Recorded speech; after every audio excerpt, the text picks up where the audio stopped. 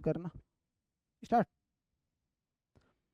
नमस्कार बच्चों, कैसे हैं आप सभी? आई हो बहुत अच्छे होंगे। मैं आपका केमिस्ट्री एजुकेटर ललित शर्मा स्वागत करता हूं आपके अपने यूट्यूब चैनल पाठशाला 247 पर।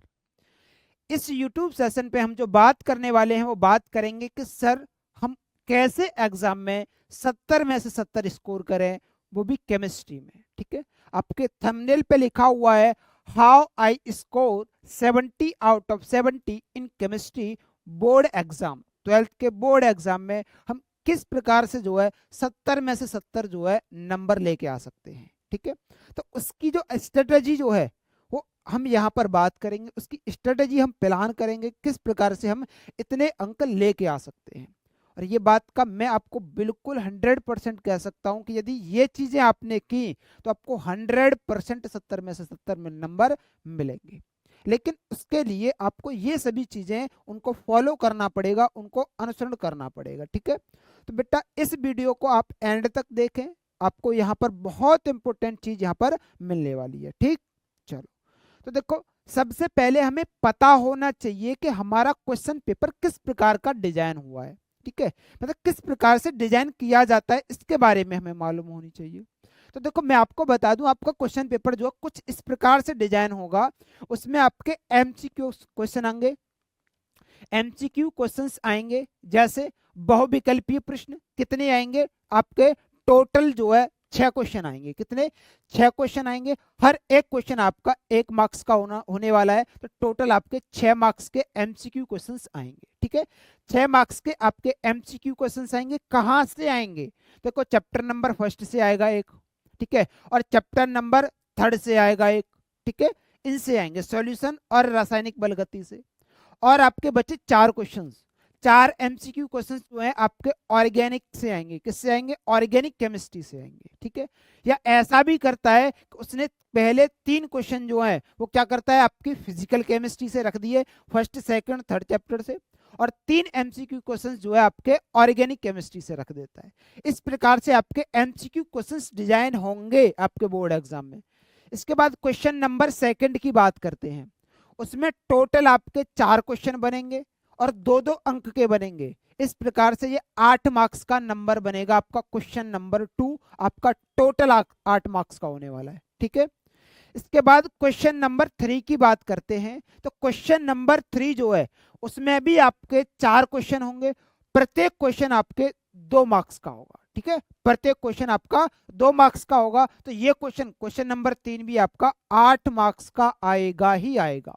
ठीक, इसके बाद क्वेश्चन नंबर 4 जो है इसमें भी आपके 4 क्वेश्चन होंगे और प्रत्येक क्वेश्चन आपका 3 मार्क्स का होने वाला है। तो टोटल ये 12 मार्क्स का क्वेश्चन बनेगा।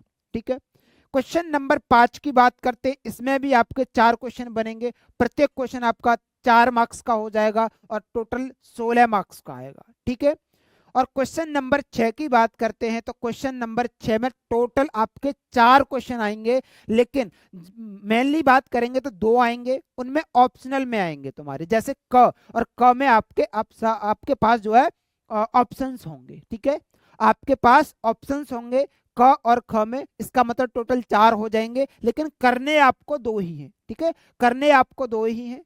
तो आपके टोटल 10 मार्क्स के हो जाएंगे, 5-5 नंबर के आएंगे। लेंथी क्वेश्चन आएंगे, बहुत अच्छे क्वेश्चन, न्यूमेरिकल्स यहां से बनेंगे, नेम्ड रिएक्शन यहां पर बनेंगी 100%। क्वेश्चन नंबर 7 बिल्कुल सेम क्वेश्चन नंबर 6 की तरह है। उसमें भी आपके 4 क्वेश्चन होंगे, लेकिन आपको 2 करने होंगे। 5-5 मार्क्स के जो है ये क्वेश्चन होंगे और टोटल 10 मार्क्स के। इस प्रकार से आपका जो पूर्णांक जो होगा क्वेश्चन का, मतलब आपका पेपर का, वो होगा आपका 70 मार्क्स का। कितना? 70 मार्क्स का। पार्ट नंबर फर्स्ट आपका 35 मार्क्स का और पार्ट नंबर 2 भी आपका क्या आने वाला है, 35 मार्क्स का बोर्ड एग्जाम में पूछा जाता है। ठीक है, ये आपका वेटेज रहता है। सर हम कैसे लेके आ सकते हैं? ठीक है, तो देखो सबसे पहले आपको क्या करना है, फ्रेश माइंड से ये क्वेश्चन आपको क्या करना है, अनसॉल्व पेपर लेके आने पिछले प्रीवियस ईयर के। ठीक है, उसे लेकर के आकर के आप उसे पहले रीड करो, पढ़ो। उससे आपको यह पता चलेगा कि किस क्वेश्चन में, मतलब किस चैप्टर में से किस प्रकार का क्वेश्चन पूछा गया है। और आप नोट करो वहां पर पेन पेंसिल कॉपी लेकर के कि भैया कौन सा टॉपिक ऐसा है जो हर 1 साल बाद रिपीट हुआ है या हर 1-2 साल बाद रिपीट हुआ है। ठीक है, तो ये स्ट्रेटेजी आपको 70 में से 70 मार्क्स दिला देगी। ठीक है, चलो, तो भैया रसायन विज्ञान में कैसे प्राप्त करेंगे हम 70 में से 70 मार्क्स, उसके लिए आप इन पॉइंटों को फॉलो करेंगे तो आप 100% आप मार्क्स प्राप्त कर सकते हो। उसके लिए चाहिए बेटा कंटिन्यूटी, मतलब आपको लगातार मेहनत करनी होगी। ऐसा नहीं है कि आप क्या करें कि शुरुआत के 2-4-6-10 दिन 15 दिन आप मेहनत करते चलेंगे, उसके बाद फिर आप जो है मतलब पढ़ाई छोड़ देंगे, तो इस प्रकार से कुछ नहीं हो सकता। आप कम पढ़ो लेकिन सही पढ़ो, अच्छा पढ़ो। ठीक है, इसके साथ साथ मैं आपको बता दूं कंटिन्यूटी रखो। जैसे कछुआ होता है ना, कछुआ और खरगोश वाली आपने कहानी सुनी होगी, तो कछुआ जो कंटिन्यूटी रखता है लगातार धीमे धीमे धीमे धीमे, तो आज से ही और अब से ही आप पढ़ना स्टार्ट कर दोगे और एंड तक फरवरी तक आप कंटिन्यूटी के साथ लगे रहोगे तो आप 100% ये स्कोर कर पाएंगे। बेटा दूसरे ग्रह से नहीं आते हैं वो 70 में से 70 स्कोर करने वाले, वो होते यहीं से हैं और आप जैसे ही होते हैं। ठीक है, आप जैसे ही। ठीक है, तो भैया आगे बात करेंगे तो भैया कंटिन्यूटी ना सबसे बड़ा जो फैक्टर है यहाँ पर कंटिन्यूटी है। यदि आप कंटिन्यूटी रखेंगे तो समझ लो कि आपने 50% विजय प्राप्त कर ली अपने पे, 50% जो बच्चा कंटिन्यूटी कर ले। ठीक है, इसके बाद बात करेंगे अपने हैंड रिटन नोट्स। भैया अपने हैंड रिटन नोट तैयार करो, क्योंकि बच्चा क्या करता है कि अभी बनाता नहीं है कि बाद में बनाएंगे, फिर बर्डन हो जाता है, इतने पेज हो गए, वो गिनता है कितना पेज हो गया, भाई मैं नहीं लिख पाऊंगा, फोटो स्टेट करा लूंगा, ये करा लूंगा, वो करा लूंगा। इस प्रकार के एक्सक्यूज आप ना दें।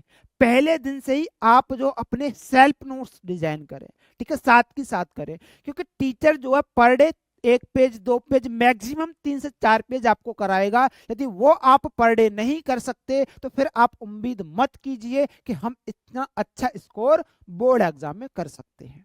ठीक है, आप कब कर पाओगे? जब कर पाओगे जब आप कंटिन्यूटी बनाओगे, अपने हैंड रिटन नोट्स बनाओगे, साथ की साथ उन्हें आप तैयार करते हुए चलेंगे, उन पर प्रैक्टिस करते हुए चलेंगे। ठीक है, तीसरा पॉइंट, प्रीवियस वर्ष के मतलब पिछले साल के जो भी आपके क्वेश्चंस पेपर हैं भैया उन्हें आप उठाओ और उनके क्वेश्चंस उन पर, जैसे आपने चैप्टर नंबर फर्स्ट पढ़ा, अब चैप्टर नंबर आपने मॉडल पेपर लिया और उसमें से देखे चैप्टर नंबर फर्स्ट से रिलेटेड जो भी क्वेश्चंस आपके पूछे गए हैं उन पर आप प्रैक्टिस करो, चाहे वो थियोरटिकल हो चाहे वो न्यूमेरिकल हो। ठीक है, उन पर आप प्रैक्टिस करोगे तो 101% आप बहुत अच्छा स्कोर करेंगे और आपका जो कॉन्फिडेंस जो लेवल है वो भी बूस्टअप होगा, वो भी बढ़ेगा और आपको लगने लगेगा कि हाँ मैं चीजें सीख रहा हूं और मुझे चीजें आ रही हैं। ठीक है, इसके बाद आपको न्यूमेरिकल्स, देखो बच्चा क्या करता है, बच्चा माइंड सेट बनाता है कि सर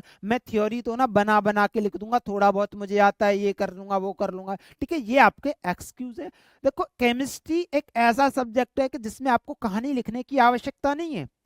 आपको जो पूछा है वो आप देखो, उसने पूछा रिएक्शंस और उसने पूछा कॉल्बी रिएक्शन, तो आपको कॉल्बी रिएक्शन लिखनी है ना कि बुर्ज रिएक्शन लिखनी है या उसके बारे में बताना ना, वो कहानी नहीं लिखवाएगा। आपको 1 मार्क्स मिलने वाला एक रिएक्शन आपको लिखनी है बस। ठीक है, तो भैया उसका तो बिल्कुल फिक्स है, आपको मालूम है, आता है तो ठीक, नहीं आता है तो गलत। यदि आपने टेम्परेचर भी चेंज किया, यदि आपने मतलब कोई उत्प्रेरक भी बदल दिया ना, तो प्रोडक्ट बदल जाता है भैया केमिस्ट्री में। ठीक है, तो आपको विशेष ध्यान रखना है और बच्चों से आपको अलग होना है, यूनिक बनना है, तो उसके लिए क्या करना है, आपको प्रैक्टिस करनी है और वो भी न्यूमेरिकल्स पे। Chapter number first, chapter number second और चैप्टर नंबर थर्ड, तीनों में से एक एक न्यूमेरिकल 100% आएगा ही आएगा और वो टॉपिक भी फिक्स है कि यहां से ही पूछता है।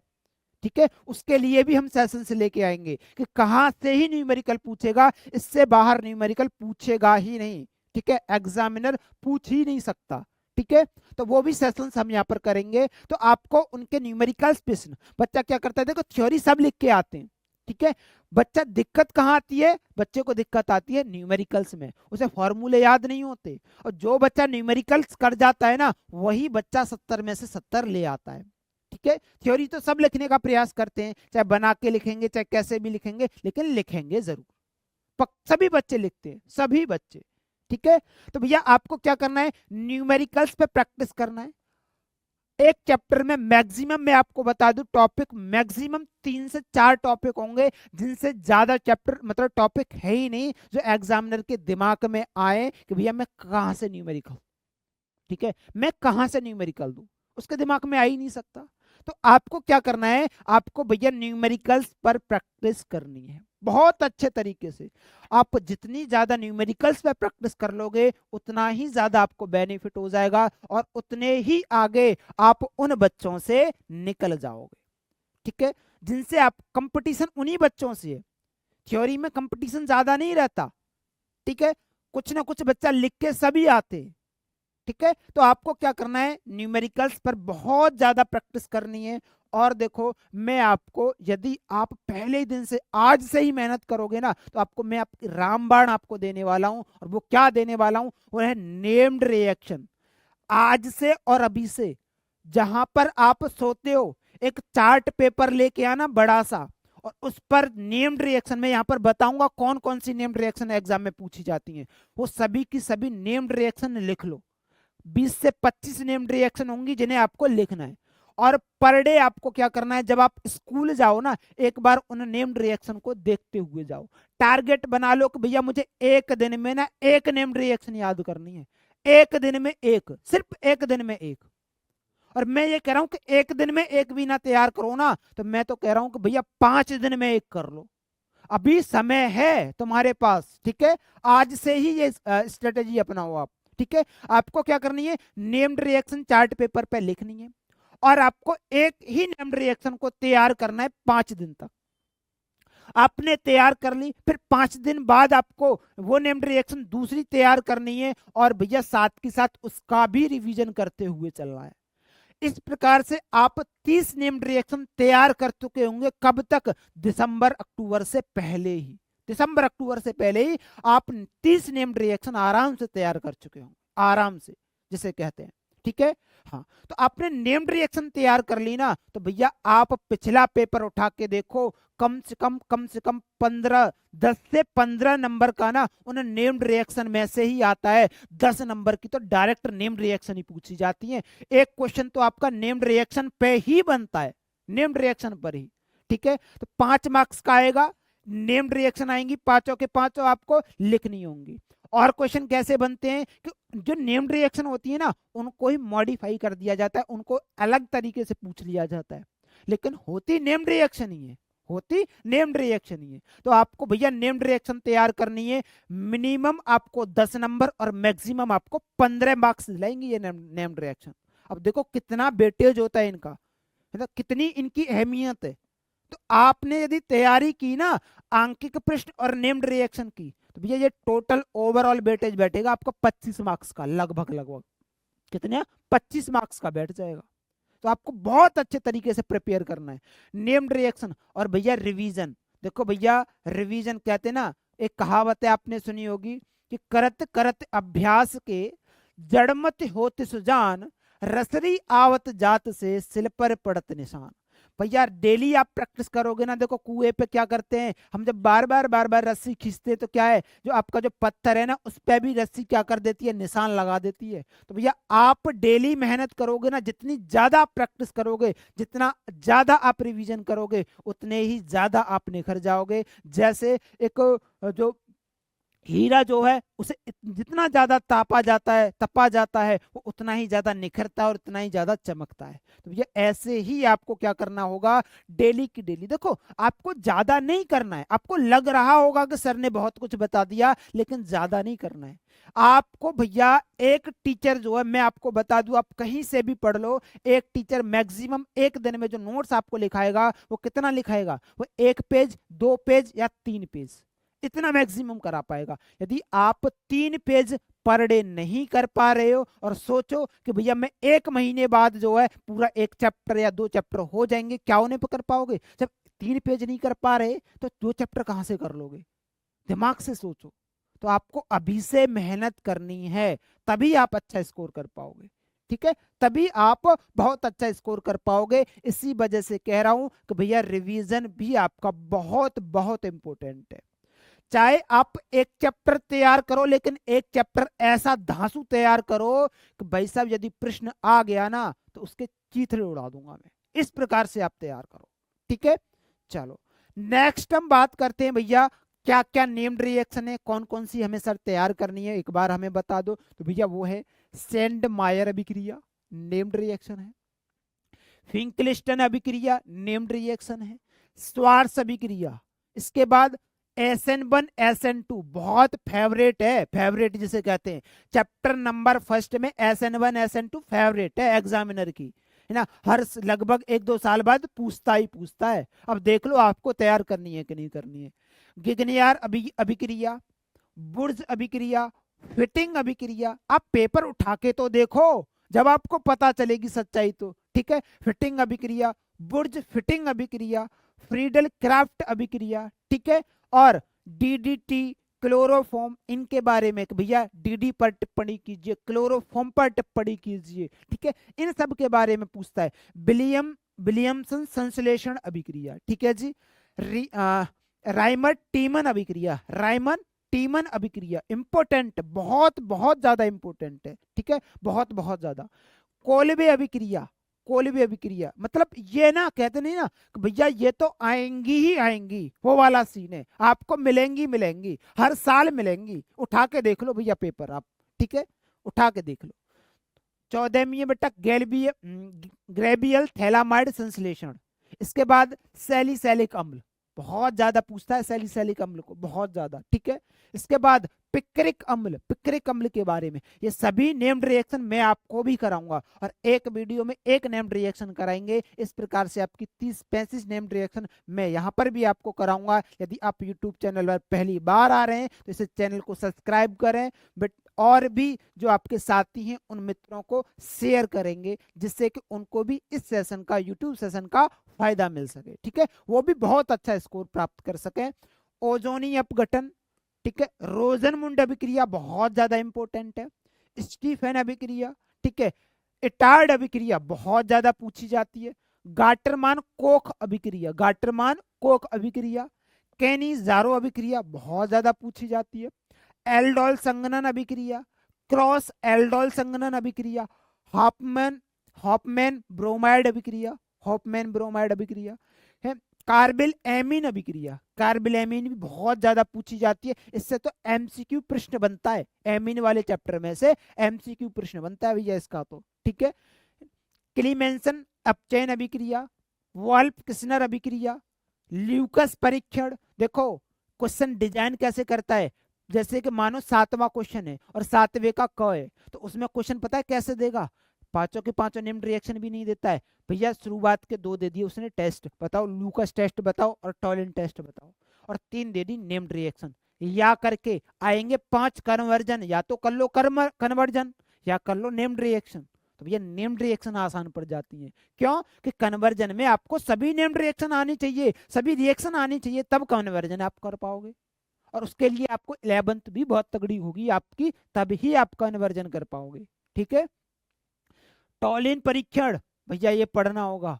फेलिंग परीक्षण भैया ये परीक्षण है, ज्यादा परीक्षण है ही नहीं, ठीक है, पूछे जाते हैं आपके प्रैक्टिकल के वाइवा में भी, एग्जामिनर यही से पूछता है, नेम्ड रिएक्शन पूछता है, टेस्ट पूछता है कि भैया बताओ लूकस टेस्ट किसके लिए किया जाता है, किसको आइडेंटिफाई करने के लिए किया जाता है, ठीक है। हेलोफॉर्म अभिक्रिया, ठीक है, या हेलोफॉर्म परीक्षण, ठीक है, ये भी पूछा जाता है। और लास्ट आपका हिंस वर्ग अभिकर्मक या परीक्षण, ठीक है। तो ये थे आपके परीक्षण और नेम्ड रिएक्शन, टोटल कितने हैं, 33 है भैया। एक दिन में एक भी याद करोगे तो 1 महीने में काम तमाम हो जाएगा। और यदि कि सर मैं इतना भी नहीं कर सकता, तो मैंने बता दिया कि भैया 5 दिन में, 4 दिन में जो आपको सूटेबल लगे भैया वो कर लो। और सबसे भैया बिल्कुल सूटेबल ना लगे ना, तो जहां सोते हो ना वहां चार्ट लगा लो, इनको लिख लो, और एक बार स्कूल जाते समय और एक बार स्कूल से आते समय देख लिया करो उस चार्ट को। बेटा पूरी साल में आप ये काम करते चलोगे ना, तो आपको 100% ये नेम्ड रिएक्शन तो याद हो जाएंगे। और यहाँ आपको नेम्ड रिएक्शन बोर्ड एग्जाम में मिलेंगी ही मिलेंगी। तो इन पॉइंटों पे यदि आपने ध्यान रखा तो आप बोर्ड एग्जाम में इतना अच्छा स्कोर करोगे, इतना अच्छा स्कोर करोगे कि आप खुद से भी इतनी उम्मीद नहीं लगा के बैठे होंगे कि हम इतना स्कोर कर सकते थे क्या। ठीक है, तो आपको क्या करना है, जो पॉइंट्स हमने बताए हैं, जो बिंदु हमने बताए हैं, उन पर आपको बहुत ज्यादा ध्यान रखना है और उन पर बहुत अच्छे तरीके से मेहनत करनी है। ठीक है, और सभी बच्चे अपने हैंड रिटन नोट्स बनाएंगे। एक विद्यार्थी जीवन में एक विद्यार्थी के बेटा सबसे बड़े जो हथियार होते हैं वो पेन, पेंसिल और कॉपी ही होते हैं। यदि आप पढ़ते समय ये नहीं लेके बैठोगे, आपने फोन ले लिया और आप पढ़ रहे हैं, आप कुछ चीज नोट नहीं कर रहे हैं, कोई चीज मेंशन नहीं कर रहे हैं, मानता हूं कि आप होशियार होंगे, आपका दिमाग बहुत अच्छा होगा, लेकिन वो कब, वो भाई साहब महीने 2 महीने आपने यदि उसका रिवीजन नहीं किया तो आप भूल जाओगे कि किस अध्यापक ने हमें क्या चीजें बताई थी, उसने क्या हमें पढ़ाया था। ठीक है, तो इसी वजह से कहते हैं कि भैया आपको रिवीजन बहुत जरूरी है, आपका रिवीजन करना, बिना रिवीजन के कुछ नहीं हो सकता, कुछ नहीं हो सकता। एक अध्यापक भी यदि किताबों को बार बार नहीं पढ़े तो वो भी चीजों को भूल जाएगा, वो भी भूल जाएगा। ठीक है, वो रिवीजन करता है, वो कई बार पढ़ाता है तो उसे चीजें याद रहती हैं। ऐसा ही बेटा तुम, ऐसे ही आप हो, क्योंकि आप भी तो इंसान हो एक टीचर की तरह। तो आपको क्या करना है, बस आपको प्रैक्टिस करनी है। एक वो जो टीचर है वो बहुत ज्यादा प्रैक्टिस कर चुका होता है, तो इस वजह से उसे याद होती है ये सब चीजें। ठीक है, और वो अपना एक एक्सपीरियंस अपने लाइफ का शेयर कर रहा होता है। और बेटा फॉलो करना ना फॉलो करना वो आपके ऊपर होती है। आपको बहुत अच्छे मार्क्स लेके आने हैं, अपने माँ बाप को खुश करना है, आपके अपने टीचर को खुश करना है, और आपके जो आस पड़ोस वाले जो व्यक्ति हैं उनका मुंह बंद करना है, तो आपके पास बहुत सुनहरा मौका है। आप इस स्ट्रेटजी को अपनाइए, इस स्ट्रेटजी के साथ चलिए, आप 100% अच्छा स्कोर करेंगे, 70 में से 70 स्कोर करेंगे। लेकिन आपकी मेहनत ही आपको ये दिला सकती है, आपकी मेहनत ही आपको ये नंबर्स दिला सकती है। ठीक है, तो मिलते हैं बेटा एक नेक्स्ट वीडियो में, एक नए सेशन में। वहां पर हम बात करेंगे किसके बारे में, मोस्ट इंपोर्टेंट न्यूमेरिकल्स के जो टॉपिक्स हैं जिनसे एग्जामिनर पूछता ही पूछता है, उनके बारे में। ठीक है, तो मिलते हैं बेटा नेक्स्ट वीडियो में, तब तक के लिए धन्यवाद, जय हिंद, टेक केयर।